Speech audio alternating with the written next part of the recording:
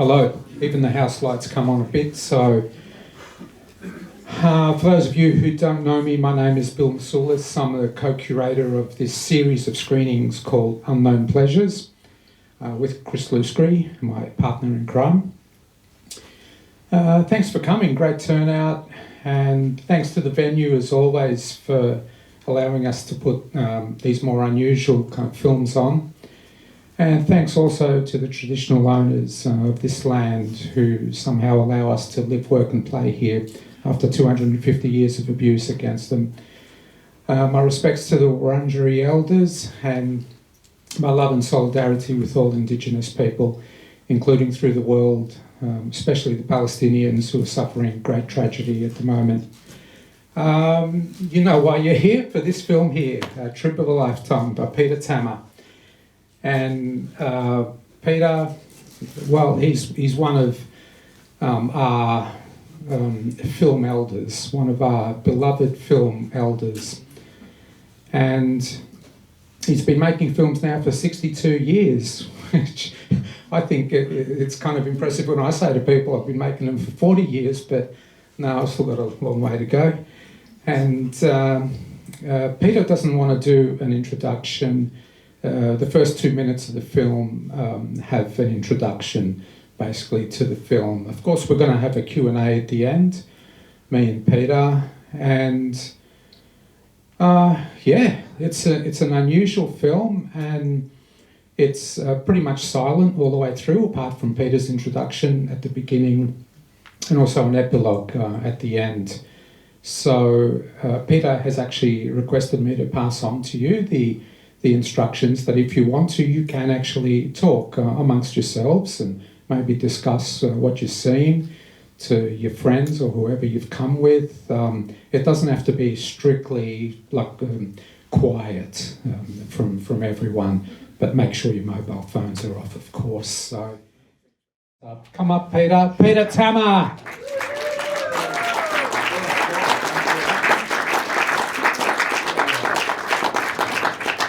Yeah, that's it's a beautifully plaintive ending there, and it does kind of make you wonder if any, like that little girl with the pram, if maybe she's alive here. Still. She's here. Special guest appearance. Yeah, incredible film. It's like such a unique and experimental almost film experience for us. To like kind of, it's almost like, you know, of course, watching the travel home movies of you know, these people from 75 years ago, and the ending kind of gives us an indication of your kind of relationship to the film. What drove you so many years to keep it going and to finally produce it? Like, you wanted to honour these people that you didn't even know.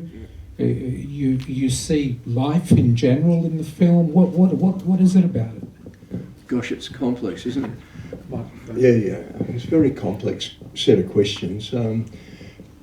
First of all, I didn't take to the film very early. I was given the footage in 1988, and I sat on it for a while because I was incredibly busy during the period, being at Swinburne teaching and then at the VCA, and I was making the Flouse film. I was just starting it in 1987 and 88.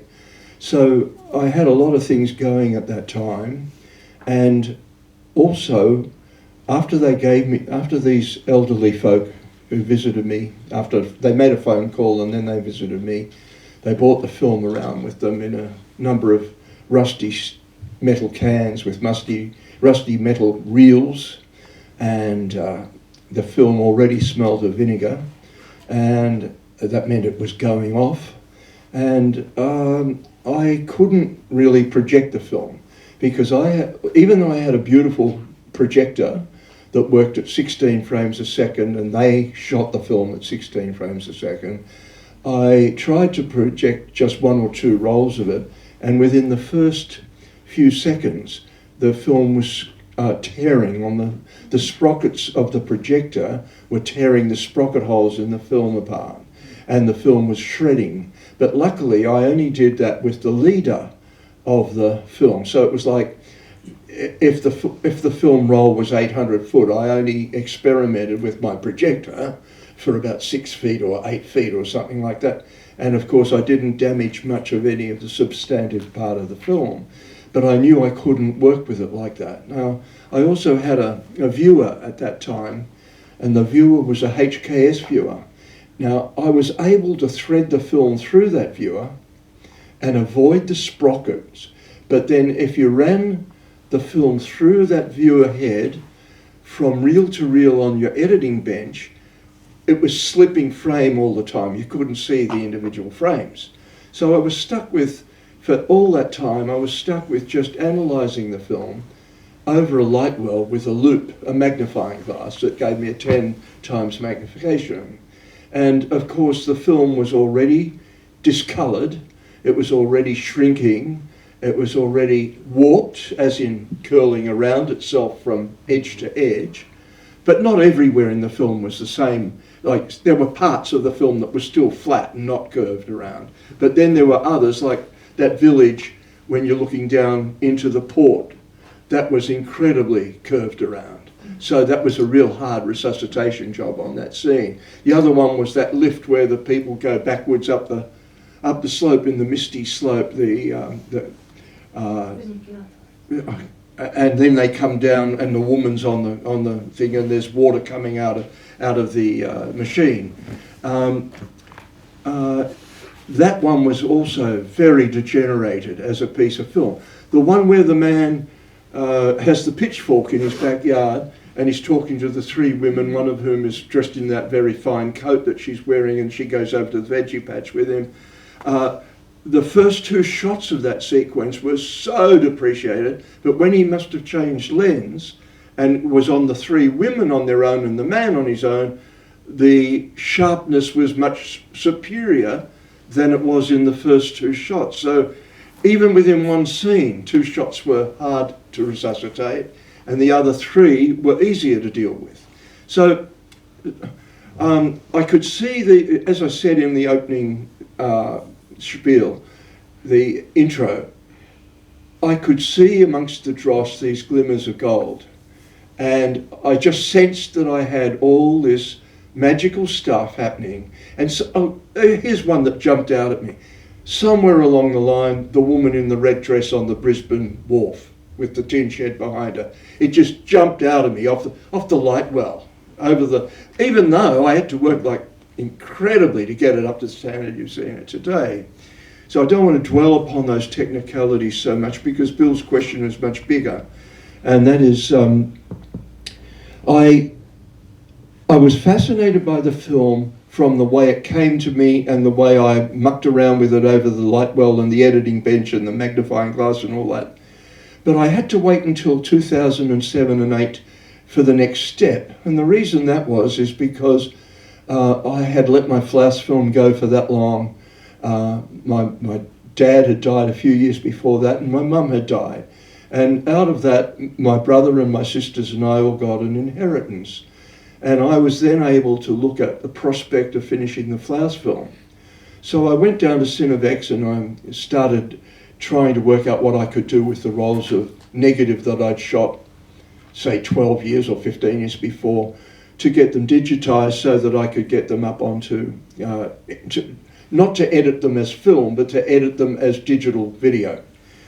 And while I was there, I bumped into Mike Reed. He came up and tapped me on the shoulder and said, "How you going?" I hadn't seen him for a long while. He had helped me get my study leave tour together in 1985 at Swinburne.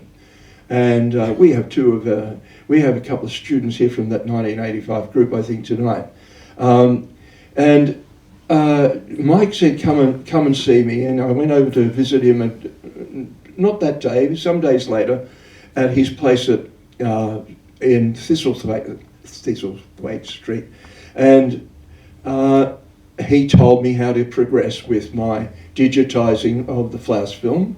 He also started to help me with my transfer from all my masters of all of my earlier films to get them onto DVD, and he, in reference to Journey to the End of Night, he did a very special favour for me. He gave me free access to getting all the titles completely redone, because the intertitles in Journey at the End of the Night were all shaking like this because they were shot on a Bolex, you know, see.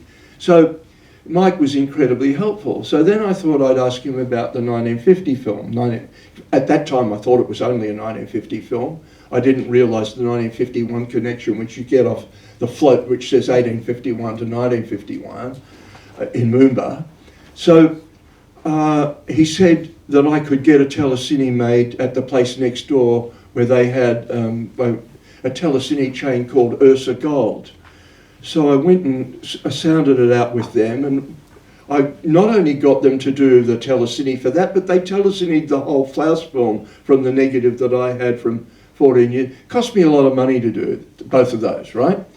But at that time, I was able to put both of those films into digital format, and in the case of this one in particular, I had it done on Sony Digibeta, which was the format of those days, and it was around about 650 lines, 700 line resolution. I'm not sure about these things. Some of our technical friends in the audience, and I won't name them right now, they would know better what the resolution was, but it was certainly not 1K, and what you've got there today is 4K, right? So 2008 was the first time that I was able to really study the film and analyse it. And I could see that if I wanted to do anything with it, it was going to be a hard road. So I sat on it again for a while, and then I got to know Callum. Is Callum here? He is. Hello, Callum. From Memory Lab. Callum from Memory Lab. And I introduced Bill to Callum when we were down at AFW workshop where Callum was first set up. And I started off by getting Callum to do some experiments with some of my home movies from the 1970 period. And that included Our Luke and Flux and things like that. And he gave me some terrific results. So then I went to him with the material from 1951, and he made a 4K telecine. So that brings it up from about 700 lines to about 2,500 lines, something like that. Callum can give us the exact figures if he wants to do that. Anyhow, what we did is, in that earlier telecine, it was full of lines, horizontal lines, that are called interlacing lines, and we had to de-interlace it. Whereas on Callum's machine, we didn't have to do the de-interlacing. There was none of that. And he had the advantage on his machine also that there were no sprockets involved. So there was no sprocket damage coming from the telecine, see? So then I took all that home. I had it now in digital format, and I had it as a file or a number of files of 4K from the original film, but they were not colorized the way I have colorized them. When Callum did it, he did some colorizing, but he said it would be far too expensive for him to do every shot, so that I should do that, and he would give me. But sometimes we went back on a sequence and recolorized it while I was there, but basically we only did nominal colorizing, right? Now, then I was stuck with the two versions of the film. And then I started to play around with DaVinci, and I started to play around with Topaz AI. And these two apps give you, AI apps give you extraordinary possibilities, but they also are tricky to use. You've got to experiment with them, and they throw things up that you don't want. And then you've got to say, I didn't want that, this is what I want, how am I going to get this bloody machine to do this, you know? So, an example, I might do something on DaVinci, and I get a result by having the contrast at a certain level, the saturation at a certain level, the brightness at a certain level. I stick it into AI, into Topaz, and it comes out redder, more contrasty, and breaking up. It's fragmenting. It wasn't fragmenting on the export from DaVinci, but when I put it into Topaz, someone's talking and their face starts to disintegrate. Not very happy. So, you have so then you have to experiment with things like, maybe I use too much contrast or too much saturation, or maybe I sharpened it up too much in topaz, or maybe I should have done less looking for detail in topaz, because you can search for more detail in topaz, and you can also do things like anti-aliasing and de-blurring as well. And you can stabilize, so you can do all those things.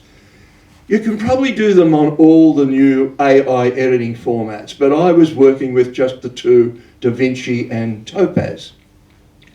So then it comes to something, I'm going to give you an example of where it's really, really difficult. Simple one is the bridge, because you've seen that I used it in the trailer. So in the bridge, where they're up in the snow in the mountains, like the Blue Mountains somewhere there, and he convenes all the people to gather down at the bridge over the gorge, and he sets them up to shoot them as just a holiday group. Now, in his version of it, the first version, it was floating around like this in handheld camera work. So stabilizing had to come into it. It was also incredibly desaturated in terms of its color.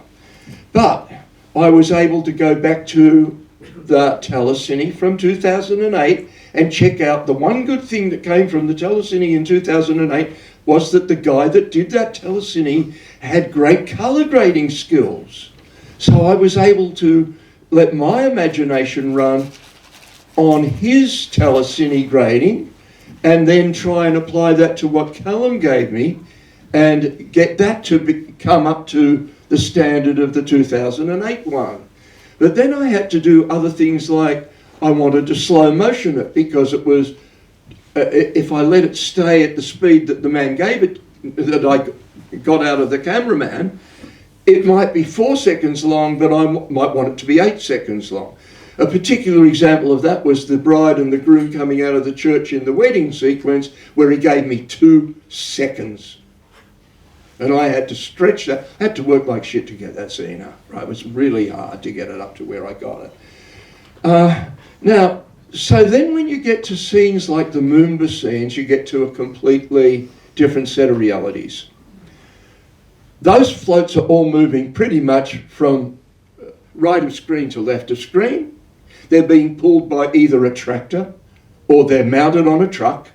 They're going over bumpy ground, so you've got horizontal movement from right to left of screen, you've got vertical movement up like that, and he's shooting it all from one camera position without a tripod, so you've got his handheld movements as well. And then you focus on some of these girls going on the back of the float, like the girl in that blue dress with her red fan on the Queen Victoria float. And someone talks to her from off camera and she says, thank you. You can lip read it that she says thank you.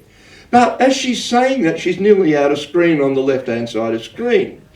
And Topaz doesn't like you trying to do lip sync and restoring when it's nearly on the edge of frame. So her face starts to bulge and break up. The girl in the horticultural float, she speaks to someone in the audience. And when I get the rest of that shot up to perfection, her face blows apart while she speaks. So what am I going to do? So you got all these problems to get over. Now, the bottom line is, getting back to Bill's original question, was I basically fell in love with certain glimmers that were coming to me from my... there was a lot of stuff I wasn't interested in, you know. I became more interested in it as my editing progressed and as my restoration progressed. I got to the point of seeing more in the film than I could have ever seen. I fell in love with things like the fascination he had for technical things, such as the London Bridge closing and the lifts going up and down and things like that. The kids in the trains in the PlayStation area. The fun park, and the relationship between the fathers and the children in those trains. I didn't see that in the first time round. I only saw it when we got towards further editing down the track. So so that basically, the other thing I found was I was analysing the film all the time to see if I could find traces of him. I knew the wife was there, and I knew as she progressed she became more outgoing and that. And I think that was part of the trip, that he engaged so many people to do things for the camera, like talk to the birds and stuff, you know, out of frame. And I thought, and this is a real trip for this woman, because her husband likes to engage people, and he engages them through this mechanism called a movie camera. And they don't know much about home movies and movie cameras, and they don't know that if they talk, they're not, maybe they do know they're not going to be recorded as they talk, and he asked them to perform for the camera. Let's do a walkthrough, like the marriage on the lawns.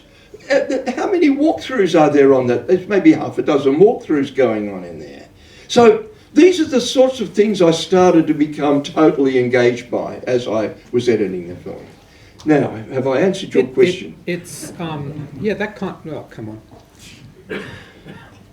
That kind of raises the. Because I thought about that, because as I was kind of watching the film, I thought, wow, there's a looseness here to their behaviour.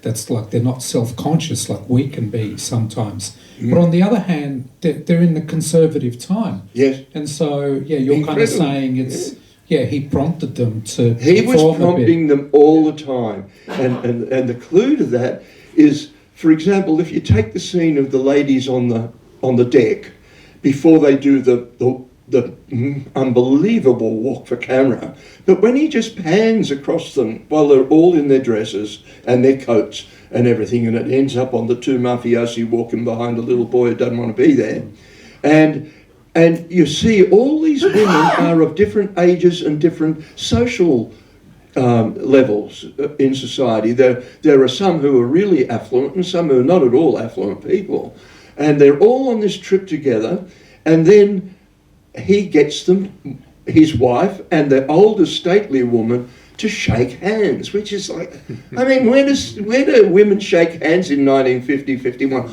I don't think I've ever seen something like that on film before. I think in this film it was the first time I've ever seen that. And then he gets the other women to talk to things off camera again, and then he sets them up for the walk across the deck. And if Fellini had set it up, we would say, great work, Federico, but this guy's not Fellini, he's not Visconti, it's a choreography. And I thought, wow, I was just completely gobsmacked by it. Now, Peter, I know you'd like to know kind of how the audience maybe have related. I would be very film, happy to know what the audience have to say. And how they kind of view it. Is it I don't know, something of intrinsic value, which it is, of course, looking at the places and the. I'm keen to know how people felt about it. But I guess any comments or questions, I can pass the mic to Kevin. Thanks, Will. Two questions, Peter. Are you aware you might have possibly some of the last footage of King George VI? Yes. You are, oh good. The other question is... I knew that because, he died around about 1950, didn't he? In 1952, Was it 51 or 50? 52, I think he died. All right, okay, so this film might have some stuff from 52 in it. And one question I did want to ask is, did you use every single piece of film that they left you? Oh, absolutely not. I had to junk a lot of stuff, Kevin. There was stuff in there I could not resuscitate at all. There was when you know those things in the zoo when you see the bears and that in the zoo in England or in Scotland, wherever it is. Around about that part of the film, they had his wife looking at peacocks in a peacock enclosure, and it was so washed out you could hardly tell they were peacocks, and you could hardly tell it was her. So I thought, I can't retrieve this. So I had to leave it up. Many cases of things But Peter, I do believe that 90% of what the guy shot is there. I would say 80, 90, yeah. Yeah, it's maybe quite 90, a lot, really. Yeah. And then I took the liberty of stretching stuff to make it. I see now when I see it here tonight, I think I didn't stretch things enough. I think some of the things that are interesting go through too quickly. Is that something you'd agree with? Any other question or comment? Please make comments. I'm keen to hear your responses. Too fast. My question was, I know you've talked about the cameraman, but watching this halfway through, all I could think about was this seems like a women's perspective of a holiday. It's very, I don't know how much you've cut out, and you obviously know the characters. Say I've cut out 10% of what I... Yeah, and you've obviously noticed who the people are. But watching it, I was like, they're in a public space. So very public spaces that women would have been in. Yeah. The women are really comfortable. I noticed that too. I was like, this is really interesting. These women are really happy. And I'm thinking, I'm a woman. If a guy's going to take a photo of me coming out of a bathhouse, that's creepy, you know? And the other thing, there was one other scene that I was like, oh, the women with the lawn bowls, which was awesome scene. I loved that. At the end? At the end. Yeah. And I just thought, this seems to me like women in the space. And yeah, maybe it's not the case, but I really felt that through it, of what was being filmed, how it was being filmed. And yeah, like a lot of kids and children, a lot of the mother, she was a great character. But yeah, I really got that sense through it. And I agree with you about that. With the bowl sequence at the end, I fell in love with that very early. It was just like this women's space. And Yeah. also the other thing, you know, men at that time had all these private spaces. When they went on holidays, they'd be in these bars and rooms that women were not allowed. I don't know if there was other footage that maybe never gave you that reel, but there's no footage of anything really inside. Everything's outside. Oh, there's a reason for that. Yeah, maybe, yeah. Let me explain that one. Very simply, Kodachrome was a very slow film stock, 25 ASA. His lenses were very slow lenses, as in light insensitive lenses. If you opened up one of the lenses on his Bolex to f2 to get an exposure, you're going to get a very soft shot, soft and blurry. Yeah. So if you put together the slow film stock of 25 ASA, whereas say when I was filming with Eastman Colour, it was 125 ASA, which is 2.5, it's 2 stops faster and a bit. Then also the Kodachrome doesn't like to be overexposed at all. So with those sack races and things like that, you have an extreme range of exposure within the shot, from the brightness outside of the awning and the darkness under the awning. And so retrieving that was a nightmare for me. Okay, but so why he did try to do things inside. One of them was he went into churches and he tried to get stuff inside the churches. They were terrible. I couldn't use them. And then the other thing that he did really well for the time was the lights of London. I was astonished that he got those lights of London at Piccadilly on a camera that had terrible lenses compared to what we have today. What we have today in a GoPro is better than anything he had then, you know. Your phones have better lenses than he had then, you know. So his achievement in getting something like the lights of London for us was a massive achievement for the time. And I think he was shooting those on a telephoto lens, which means his handhold was pretty damn good at the time. Does that help you with that one? Because I agree with you about the outdoor stuff with the women's spaces, because there are 2 bowling sequences, not one, and there are women on the pool in the ship, and then the one on the ship at the ship's deck, and then you've got all those pool shots with and the women are quite happy featuring in those contests. Yeah.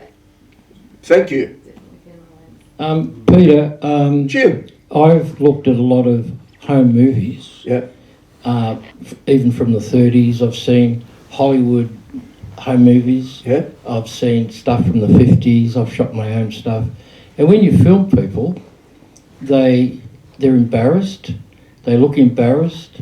They stick their tongue out at the camera. And some did. And yeah, but I thought that was very managed. I felt the films were very managed, because my experience of people, when you aim a camera at them, and this is the 50s, and they were using movies since the 30s, probably even earlier than that. Yeah. So I just thought the film was sort of managed a lot for a home movie. Yes. That's what I felt, anyway. Thank you. I agree with you. And he obviously had 2 things going there. One was at a very simple level, he was a gregarious sort of person who liked to engage with people. And you can see that from the opening sequence where he's testing his camera with the man in the pinstripe suit, walking near the Botanic Gardens and coming up to the Prince's Bridge. And then he gets him to stop near where the guys are sitting in their seats on that curvy path. And then he gets them to come and talk to the camera. And then that guy comes back after he shoots a couple of cars. And he has him walking towards the camera again. But that time the exposure wasn't so good. And I've retrieved it as well as I can, but I couldn't get it up to the level of the previous shots, you see. But for him to engage that guy, who was probably on his way to work somewhere in the city, it's like, I just appreciated that in its own right. There you go. Dirk. Yeah, just here. Hello. Sorry, Dirk, you're next. Oh, right. Sorry. Yeah, I mean, I was just gonna. Sorry, I was just going to ask. I think also for me, culturally, it was really fascinating to see the difference in the approach to not only the film camera but just things in general, like the Moomba Festival and some of the details that my parents pointed out about that as well. I just find it really interesting because obviously at that point, film cameras had been a thing for a while. People were used to the idea of filming being a thing, but still to have it in the hands of someone, especially someone they knew, probably would have been a very nuanced concept to them to be able to simply record what they please. And you can see that a bit. I obviously can't prove it because I don't know their intentions, but there are a couple of times I'm pretty sure it looks like people pose for like a good while thinking he's taking a photo and not recording them. You're right on. He did have that, Yeah. So it's just a bunch of things like that I really liked because it shows such a level of humanity, but such a different time as well. Because obviously some of these things weren't so instinctive to them in the slightest to be like, oh, this person's had their camera out for a while, they must be taking a video, and just very much the different approach to the filming and a different approach to the camera in general that the reaction of the people seem to have. And I even noticed one of the things that I pointed out to my mum at the time was the sequence with all the Royal Guards marching in England. There was no one else filming that at the time. It looked to me quite special and important, but he was the only person I could see in that scene with a camera of any form who wasn't just watching them go by. Okay. So, very observant. I missed it. Yes, Dirk. Well, he's going to give you a microphone. Yeah, maybe people Might can as hear well, me. Dirk. Okay. Here I am. Here it is. Hello. So my question relates a bit to some of the comments people have made, but I'm thinking, that this is really interesting from this age we're in now, the age of surveillance, where if somebody tried to do something like that down the street, the police would stop you, especially, which has happened to me. That's happened to you, Dirk. And other people. But the point is, these people, I wonder what they think of what we've got here, And I started thinking about, too, the point where you got the cans and had all that. Yeah. And then all these things have happened because of technology that you've taken somewhere.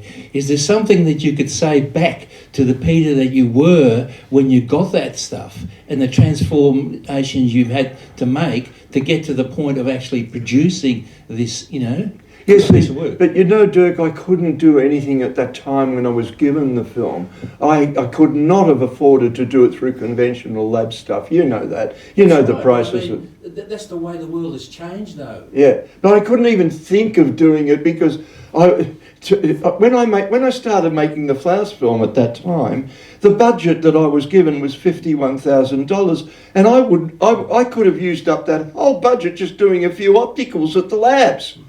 And they would have torn the sprockets would have torn apart because they don't do things with sprocketless at the labs. If you have an Oxbury, it's sprocketed. And I'm going to rip the film to shit to do that, Okay. So I couldn't contemplate it. Now, there was another thing I thought of when I was talking to Peter Krause. Maybe it was on Saturday at 3CR. when I was very young, I was interested in home movies when I was 19, 20, 21, learning to use the camera for the first time. And it was the same sort of camera like he would have had, a 3-lens turret camera like a Bolex or a Bell & Howell or whatever, right? And I was interested in home movie, but I don't think I would have been drawn to this film if it had been brought to me by him to edit the film when I was a young editor. I think I only got interested in that level of stuff after all the home movies I made between 1960 and 1975 and stuff. Because that was a developmental curve for me. And now I can relate to how he did stuff because I made the same mistakes of things like turning the camera on and turning it off. And as you turn it on or off, you nudge the camera this way or that way. Or you get a light flash because there's a leakage of light into the camera. And that light flash sprays across a frame like the little girl with her pram, right? And I love that, but I didn't want to use that as a device all through the film. I could have used that as a device. But here's another one of a technical nature now. If you want to stabilise the film so that it's not shaky and stuff like that, with stabilisation you can't do it from outside the shot. Because if you start the stabiliser outside the shot, it goes to mush. It looks like a blancmange. And so you've got to start it within the shot and finish it pretty much within the shot. And that means that you're losing frames at each end of the shot to get your stabilising working. So there's all these things but I didn't know any of that until around about 5 years ago. There's been a steep learning curve, Dirk. Well, I'm really interested in that you had to learn all those things. Yeah. That's really interesting. Well, I get a bit of help. Can I tell you who's been helping me? I get a lot of help from young Richard sitting up there looking like he never does anything, right? I've to and froed this film with Richard and Bill many, many, many times over. And young Alex, where's Alex sitting at the moment? Alex up there, I've been toing and froing this film with him for the last couple of years too. I have other people, one of whom is not here tonight, and that's Fred Harden. And Fred Harden has helped me immensely in this film. He taught me how to do the colour grading that I learnt to do for this film. He and I to and froed a lot of stuff about the topaz and the relationship between the colour grading and the topaz. When I said to you, for example, I would do a bit of colour grading in Da Vinci, and I'd put the contrast up too high because topaz would make it worse. So then I'd have to go back and do that shot with less contrast, less saturation, and less brightness, or in some cases more brightness. But in any case, whatever I did there, I had to and fro it with people who helped me make decisions, and they helped me make decisions. Now I see that it's getting late in the piece, and I want to do one more thank you here. My sister Chris introduced me to Nelson, and I want Nelson to put his hand up. Nelson has written 2 scenes of music for this film, and I haven't played it tonight because I came to the conclusion that I wanted to show the film as a whole as a mute film, but I would love people to be able to hear the music that Nelson has written for it. And so tonight, in front of everybody, I'm going to offer Nelson the right to do music for the whole film if he wants to do it. Do you want to say that? Yeah. Well, that's an amazing honour. Can I just say, can I just stand here? I'm actually not convinced it needs music. When I first saw it, I think it was about 2 years ago. 2 years ago. I was at Peter's with Chrissy, and he showed me the Moomba scene, and I was just gobsmacked, and I just said, oh, I'd kill to do music for that. And then Peter gave me 2 scenes, that ship scene and another one, and the red dress one. The red dress one, which wall. just still staggers me. Yeah. And it was really hard. It sometimes it just didn't feel right. The first time I tried it, I sent it to Peter, and we both agreed, no, it didn't work. Then I tried it again, and nothing seemed to work, because what you realise there's no sound, because what we're so used to seeing is film with sound and music, and there was neither. So it was really hard. So I'm in 2 minds. I loved watching that without any sound, because it's such a unique experience, and that's the way it would have been watched. But yeah, I don't know. Well, you see, You see, Nelson, I'm in the position where I think that there is a possibility of a second version of this film. There's no reason why one should replace the other. This film, as it stands tonight, could be what it is and stand, but then there could be another one which is a different film which is supported by music. So if you want to do it, if you want to experiment a bit more, you can. Okay. Another possibility, Nelson, is that you could just do it with scenes that attract you. Well, so many do. Can I just say one other thing, because separate from the music thing, is that I was watching it thinking, here's a great filmmaker meeting another great filmmaker. That I kept thinking that so many times, and there were so many scenes where so many that were so well shot, so well framed, that it just took my breath away. And yeah, that's all I wanted to say. Thank you, Nelson. Peter, I've got a question. You know, just getting back to like conventional uses of like a film like this, the descendants of these people would love to see this film. Have you ever thought? I mean, I know you from your own perspective, you don't care so much for the identity of the filmmaker or the people, but it is this intriguing thing, and these days you can trace things down. I know, it's but detective you know, work. the couple that are in the film, the main two, the cameraman and his wife, died without children. As far as I got, the only serious bit of information I got out of the people who delivered the film to me was that the man had died some years before the woman, and she had died recently before they brought the film around to me.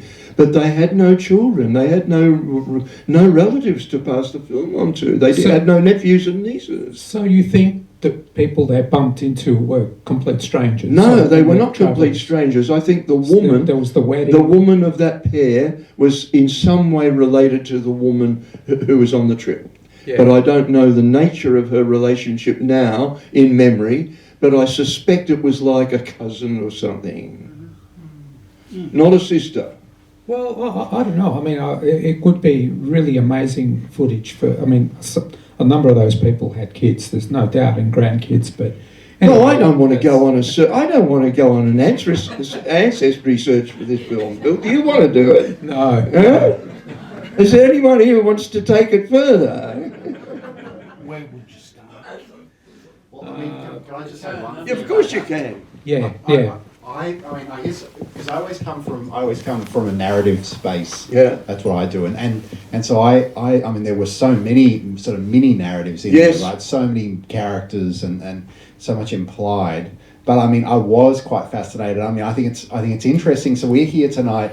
We get a Q&A, right? You've obviously got your intro, you've got your epilogue as well. Yeah. And I don't know, I mean, I kind of love the idea, your friend was saying before about the, you know, what would you say to yourself as a younger person, you know, who found that footage and things like that. There's the story of the sprockets and the various things.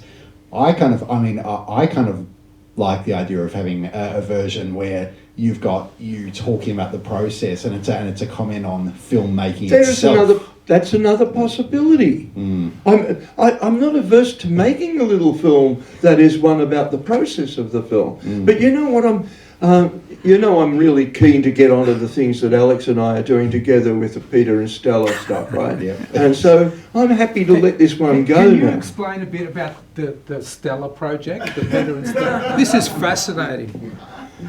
Just quickly, as a last thing. Look, Stella. Not that it wasn't quite that one, if you don't mind. It was just. I had an idea that I would like to make a film that utilised the AI to animate stuff that was difficult to do if you were not a trained animator, but you could do it with the help of the AI bots that are out there, like Luma, like Runway, like Kling, like many others. And my daughter Laura asked me if I would make her a blended presenter for her to run a gym class for people who would be her prospective clients. And so she sent me some photos of herself doing gym, and then she got me. I went on a search and I looked for somebody from the AI world, a net creation from AI of a woman that could be blended with my daughter Laura's photos. And I used Luma, and I used Runway, and I used Hyper, and I used a few of them, and I came up with this woman that had a Latino quality. Like, she could have been Mexican, or she could have been Venezuelan, or whatever, you know. And Laura didn't particularly care for her. She really wanted me, because Laura was a blonde, she wanted me to go with the North American young San Francisco or Californian blonde. So I found another AI creation of a blonde girl working in a gym. And I fused that with Laura. And Laura didn't want to go ahead with that, or if she did, she got too busy and so on. And then I thought, I really want to make something out of this. This start that my daughter has put me on this bloody search, and I've come up with this stuff. And so I then got this idea, I don't know where it came from, of this guy, and his name is Peter, buys a talking head. And the talking head is a female head on a wig stand with no arms and no legs. And she wakes up in the first scene saying, "Wow, where am I?" And he says, "You're at my place, Stella, you're my guest." She says, "How did I get here?" "You came by Star Trek." So that's it, you know. So I created this scene, these dialogues between a character that I call Peter, but he's completely an AI character. He's generated by AI. And Stella is this talking head with a big red wig on and a small torso, but rather beautiful. And she's an AI creature, and she doesn't understand all the rules of human intercourse and why that humans would want to have a talking head for a companion and things like that. And then the next scene we went on to starts a little bit like this. They're sitting in a big sitting room, and I got the sitting room out of some magazine on the net that had incredible internal decorations, for magical decoration. And I put Peter in an armchair, and I put Stella on a table, a round table across the room. And he says, "Well, how do you like my sitting room? How do you like this room, Stella?" And she says, "Oh, it's a lovely room, Peter. What is it?" And he says, "It's a sitting room." And she says, "What's a sitting room?" He says, "Well, I sit here a lot." And she says, "What do you do?" He's just sitting here a lot. He says, "I think a lot about life and the universe." So you can see where this is going to go, right? Anyhow, I got Alex involved in these things, and Alex is really good to work with because he picks these things up and he runs with them. And we have created 2 sequences for Peter and Stella, and the next one's called Sleeping with Stella. All right? That's it as far as we go tonight. Peter Tammer is like such if you look at his oeuvre, his career, he's such an inventive filmmaker, like with the nominally documentary films he's made, and he's made essay films and all kinds of odd things. He really Maybe I always wanted to be an animator. You're an individual filmmaker, as are quite a few people in our nexus. But so I applaud you for a great career, and I think the audience will applaud you now too. I think it's time for a drink. What do you reckon? And thank you very much, all of you, for coming. Let me finish up now by saying this. If any of you want to write to me, if you don't have my email address, the easy one to use is pjtammer in lowercase, pjtammer@gmail.com. That'll get to me. If you want to write anything that suggests anything to do with this film, you're welcome, okay? Or anything else, really. Oh, God, how am I going to walk? Been stationary all fucking day. Good on you, Peter.